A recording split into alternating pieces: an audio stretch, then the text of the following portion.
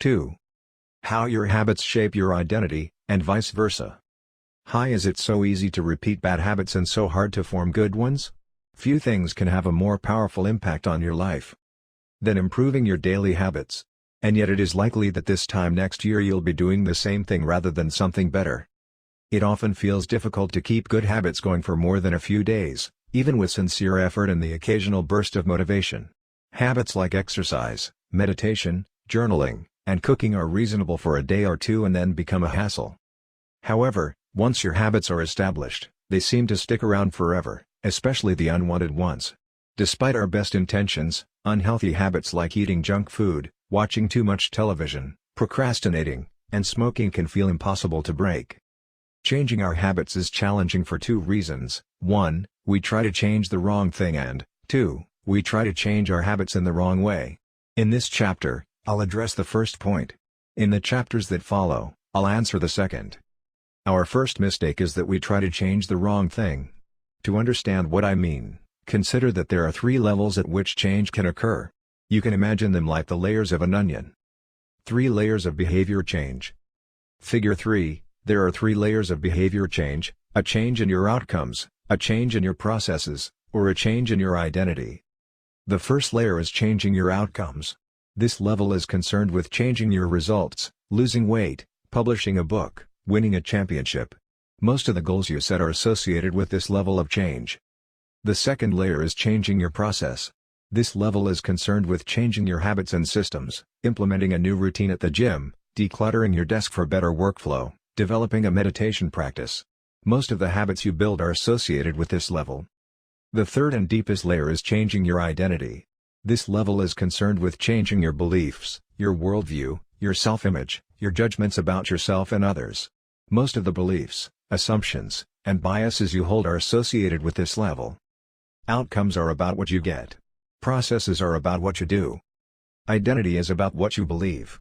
When it comes to building habits that last, when it comes to building a system of 1% improvements, the problem is not that one level is better or worse than another.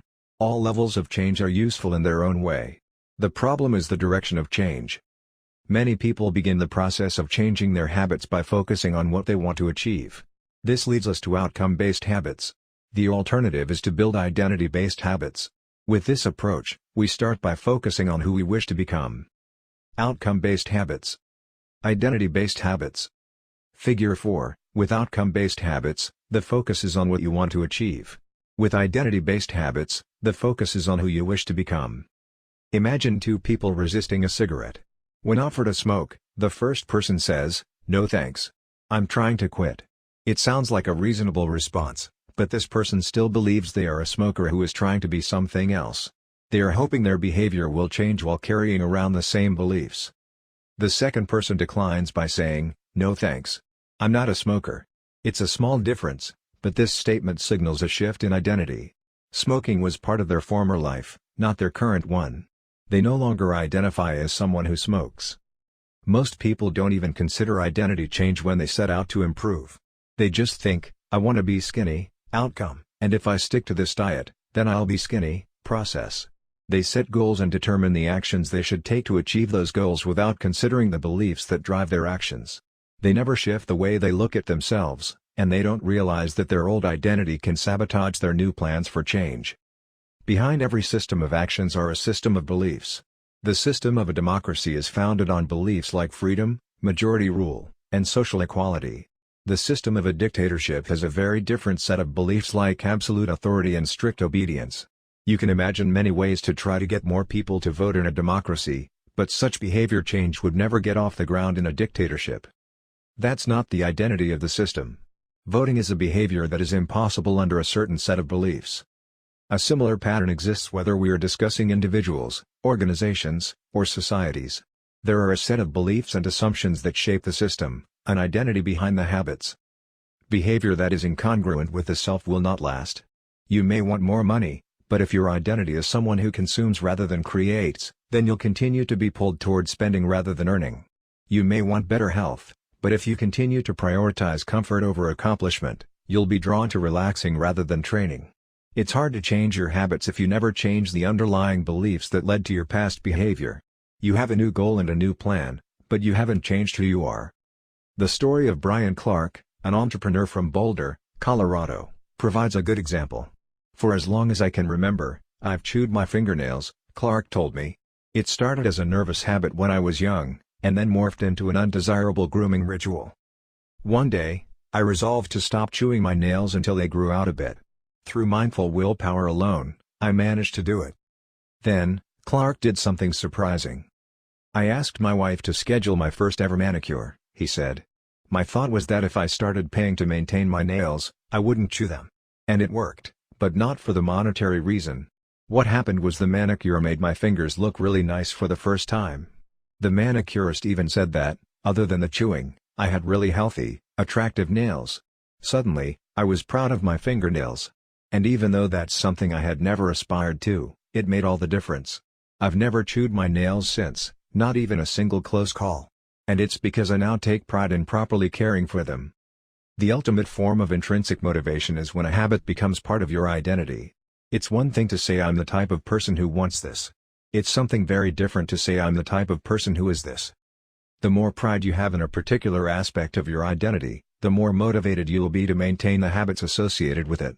If you're proud of how your hair looks, you'll develop all sorts of habits to care for and maintain it. If you're proud of the size of your biceps, you'll make sure you never skip an upper body workout. If you're proud of the scarves you knit, you'll be more likely to spend hours knitting each week. Once your pride gets involved, you'll fight tooth and nail to maintain your habits. True behavior change is identity change. You might start a habit because of motivation, but the only reason you'll stick with one is that it becomes part of your identity. Anyone can convince themselves to visit the gym or eat healthy once or twice, but if you don't shift the belief behind the behavior, then it is hard to stick with long-term changes. Improvements are only temporary until they become part of who you are. The goal is not to read a book, the goal is to become a reader. The goal is not to run a marathon, the goal is to become a runner. The goal is not to learn an instrument, the goal is to become a musician.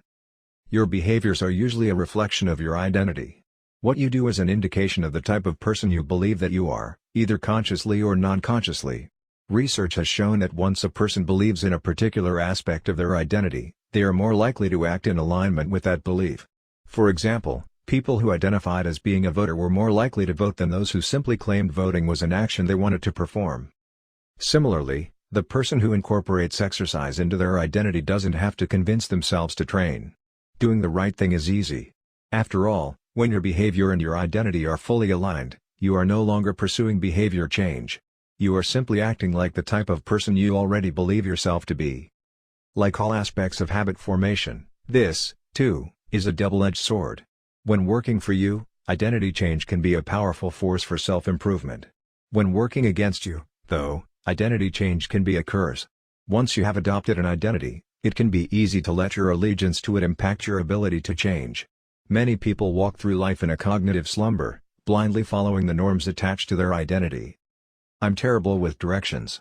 I'm not a morning person. I'm bad at remembering people's names. I'm always late. I'm not good with technology. I'm horrible at math. And 1,000 other variations. When you have repeated a story to yourself for years, it is easy to slide into these mental grooves and accept them as a fact. In time, you begin to resist certain actions because that's not who I am. There is internal pressure to maintain your self-image and behave in a way that is consistent with your beliefs. You find whatever way you can to avoid contradicting yourself. The more deeply a thought or action is tied to your identity, the more difficult it is to change it. It can feel comfortable to believe what your culture believes, group identity, or to do what upholds your self-image, personal identity, even if it's wrong. The biggest barrier to positive change at any level, individual, team, society, is identity conflict. Good habits can make rational sense, but if they conflict with your identity, you will fail to put them into action. On any given day, you may struggle with your habits because you're too busy or too tired or too overwhelmed or hundreds of other reasons. Over the long run, however, the real reason you fail to stick with habits is that your self-image gets in the way. This is why you can get too attached to one version of your identity. Progress requires unlearning. Becoming the best version of yourself requires you to continuously edit your beliefs, and to upgrade and expand your identity. This brings us to an important question: if your beliefs and worldview play such an important role in your behavior, where do they come from in the first place? How, exactly, is your identity formed? And how can you emphasize new aspects of your identity that serve you and gradually erase the pieces that hinder you? The two-step process to changing your identity. Your identity emerges out of your habits. You are not born with preset beliefs. Every belief, including those about yourself, is learned and conditioned through experience. More precisely, your habits are how you embody your identity. When you make your bed each day, you embody the identity of an organized person. When you write each day, you embody the identity of a creative person. When you train each day, you embody the identity of an athletic person. The more you repeat a behavior, the more you reinforce the identity associated with that behavior. In fact, the word identity was originally derived from the Latin words essentitas, which means being, and identidem, which means repeatedly. Your identity is literally your repeated beingness. Whatever your identity is right now, you only believe it because you have proof of it. If you go to church every Sunday for 20 years, you have evidence that you are religious. If you study biology for 1 hour every night, you have evidence that you are studious. If you go to the gym even when it's snowing, you have evidence that you are committed to fitness. The more evidence you have for a belief, the more strongly you will believe it. For most of my early life, I didn't consider myself a writer. If you were to ask any of my high school teachers or college professors, they would tell you I was an average writer at best, certainly not a standout. When I began my writing career, I published a new article every Monday and Thursday for the first few years. As the evidence grew, so did my identity as a writer. I didn't start out as a writer. I became one through my habits. Of course, your habits are not the only actions that influence your identity, but by virtue of their frequency they are usually the most important ones. Each experience in life modifies your self-image, but it's unlikely you would consider yourself a soccer player because you kicked a ball once or an artist because you scribbled a picture. As you repeat these actions, however, the evidence accumulates and your self-image begins to change. The effect of one-off experiences tends to fade away while the effect of habits gets reinforced with time, which means your habits contribute most of the evidence that shapes your identity. In this way, the process of building habits is actually the process of becoming yourself. This is a gradual evolution. We do not change by snapping our fingers and deciding to be someone entirely new. We change bit by bit, day by day, habit by habit. We are continually undergoing microevolutions of the self. Each habit is like a suggestion. Hey, maybe this is who I am. If you finish a book, then perhaps you are the type of person who likes reading. If you go to the gym, then perhaps you are the type of person who likes exercise. If you practice playing the guitar, perhaps you are the type of person who likes music. Every action you take is a vote for the type of person you wish to become. No single instance will transform your beliefs, but as the votes build up, so does the evidence of your new identity. This is one reason why meaningful change does not require radical change. Small habits can make a meaningful difference by providing evidence of a new identity. And if a change is meaningful, it actually is big. That's the paradox of making small improvements. Putting this all together, you can see that habits are the path to changing your identity. The most practical way to change who you are is to change what you do. Each time you write a page, you are a writer. Each time you practice the violin, you are a musician. Each time you start a workout, you are an athlete. Each time you encourage your employees, you are a leader.